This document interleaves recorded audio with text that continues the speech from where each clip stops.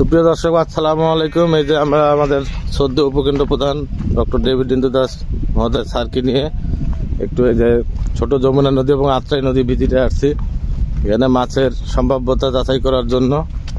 তো স্যারকে এই যে নদীর পাড় দিয়ে হাঁটাচ্ছি আর কি।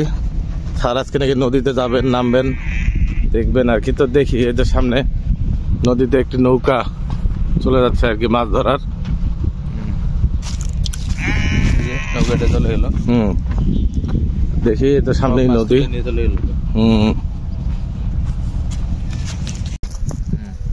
স্যার এই যে আমরা আপনাকে যে জায়গাটা দেখাচ্ছি, এটা হচ্ছে ছোট যমুনা নদী।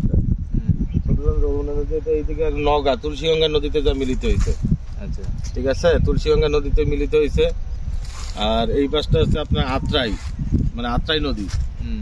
এই ছোট যমুনা নদী এইদিকে আত্রাইয়ের সময় আত্রাই যে মিলিত হয়েছে। বর্ষাকালে এই জায়গাটা প্রচুর পানি থাকে স্যার, প্রচুর। কি বর্ষাকালে ওগুলা কি ডুবে যায় নাকি? এগুলা ডুবে যায় স্যার, এগুলা ওই পর্যন্ত ডুবে যায়, ওই পর্যন্ত পানি থাকে, অথই পানি তখন। এখন একটু পানি নিচে আসছে। আর এইটা হলো এরা যে কাঁঠাল গাছছে আর কি, বিভিন্ন রকমের যে বাঁশ খুঁটি, আপনি তো জানেনই স্যার কিভাবে কাঁঠাল কাটতে হয়। সেদিকে একটু সামনে আসো।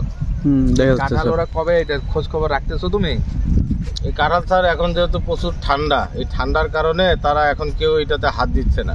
এটা হয়তো বা আরো 10-15 দিন পরে একটু রোদ উঠলেই তখন মারবে। ওরা এখানে একবার না কয়েক ফেজে মাছ ধরে, মানে একবার তুলে মাছ ধরবে, পার্ট বাই পার্ট ওরা ধরতেই থাকে। প্রায় টানা 2-3 মাস ধরবে আর কি এখানে কাঁঠাল থেকে।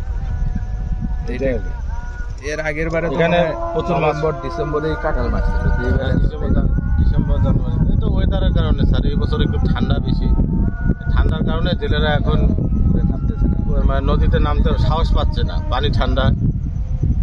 তারপরে এখানে আবার শুনলাম যে ওইদিকে ড্রেজিং করে কোথাও খনন করা হয়েছে, যার ফলে কিছু নদীর মাছ যেগুলো আমরা সংগ্রহ করি ওগুলো ওখানে স্বাচ্ছন্দ্য মোতাবেক থাকতেছে আর কি, ধরা যাচ্ছে না। 30 ফিট পানির গভীরতা, বাতাসি মাছটা পানির গভীরতা। এইটা কি অভয় আশ্রমের মধ্যে পড়েনি? এটা তো অভয়াশ্রম। এটা অভয়াশ্রম বলতে এটা জেলেদের এটা না, কিন্তু অভয় আশ্রমের মধ্যে পড়লে তো ওরা জাল নামাইতে দিবে না। এটা না, এটা জেলেদের কাঁঠাল মারা আর কি। অভয়াশ্রম অভয়াশ্রম থাকলে এখানে সাইনবোর্ড থাকতো, আপনার ঘেরা থাকতো, ট্যাগ করা থাকতো, লেখা থাকতো আর কি। এইরকম বিষয়। এইরকম কাঁঠাল এখানে একটা না, আরো বেশ কয়েকটা আছে এই নদীতে। আচ্ছা যাক, তুমি এগুলা খেয়াল রাখো, বুঝছো? আমি স্যার এগুলা খেয়াল রাখতেছি, এগুলা সবসময় আসতে পারবো না। না, আমি এগুলা সবসময় খেয়াল রাখতেছি, যোগাযোগ রাখতেছি ইনশাল্লাহ। মোবাইল নাম্বার নিয়ে নাও। হ্যাঁ, আমরা এই দিক দিয়ে যাই না। হ্যাঁ, এদিকে ইট ভাটা, এই যে নদীর পাড়ে মাটি খুব ইট বানানোর জন্য উৎকৃষ্ট। নদীর পানি যখন নামে যায় তখন ইট ভাটা সচল হয়ে যায়। আবার নদীর পানি বাড়তে থাকলে ইট সব ছড়ায় দিতে থাকে।